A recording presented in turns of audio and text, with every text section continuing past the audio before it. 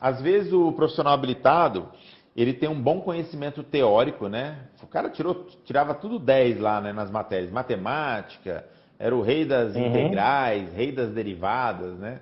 E o cara conseguia fazer tudo. E assim, claro que dentro da grade curricular de um profissional habilitado tem também as matérias específicas, que são ensaios destrutivos, metalografia, ciências dos materiais, enfim, né? Tem várias matérias que vão ajudar ele no dia a dia de um profissional habilitado, né?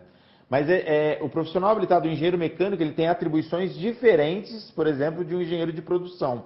Então, quando a gente fala assim, ó, o engenheiro mecânico ele já meio que sai da faculdade preparado, é por isso, por causa dessas matérias. Então, se o cara foi bom, né, em termodinâmica, mecânica dos fluidos, ele vai ter um Uhum. entendimento melhor na hora de atuar na NR13. Mas mesmo assim pode surgir algumas dúvidas. Por quê? Ele nunca foi para o campo de batalha, né? O cara saiu da faculdade É. agora, ele está com medo. E geralmente, Uhum. muitos profissionais habilitados não atuam na NR13 hoje por medo. Porque fica assim, cara, Olha só. se eu fizer uma cagada ali, eu perco meu CREA. Se eu fizer uma. Né, eu tenho medo. E eu respeito essas pessoas, porque mostra integridade da parte deles. Porque, infelizmente, tem muitos que não estão nem aí, que até vendem a É. RT. O cara vai lá. Eu tive um questionamento de um aluno meu, por exemplo, essa semana. Eu vou falar de dois assuntos aqui.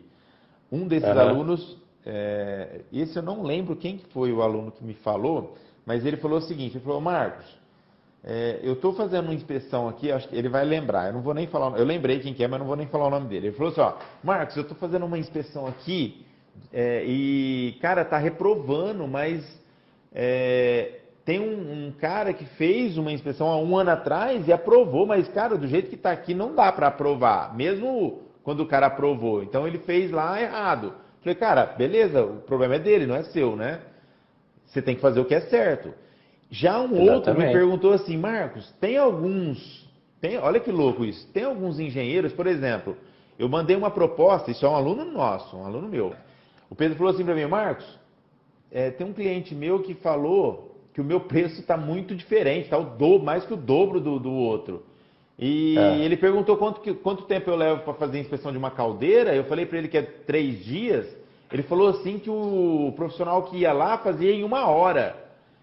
Aí eu falei, mas como assim, né? Você entendeu o nível de Cara, incapacidade técnica? Existe um nível de incapacidade técnica muito grande. Eu estou falando aqui abertamente porque se o cara talvez está ouvindo, ele está entendendo isso, ele está fazendo isso por ignorância, ele tem que entender que uhum. ele está colocando vidas em risco, né? Então ele não Exatamente. pode simplesmente ir lá em 1 hora, não medir espessura, não fazer nenhuma avaliação de integridade. E segundo o Pedro, o cliente dele falou assim que o cara só fazia teste hidrostático e emissão de ART da caldeira. E liberava a caldeira para funcionar. Isso só não basta. E o cara está indo totalmente Uhum. contrário, porque, ó, olha que loucura. Teste hidrostático nem se faz mais, né? É. Periodicamente. Se faz na inspeção Uhum. inicial.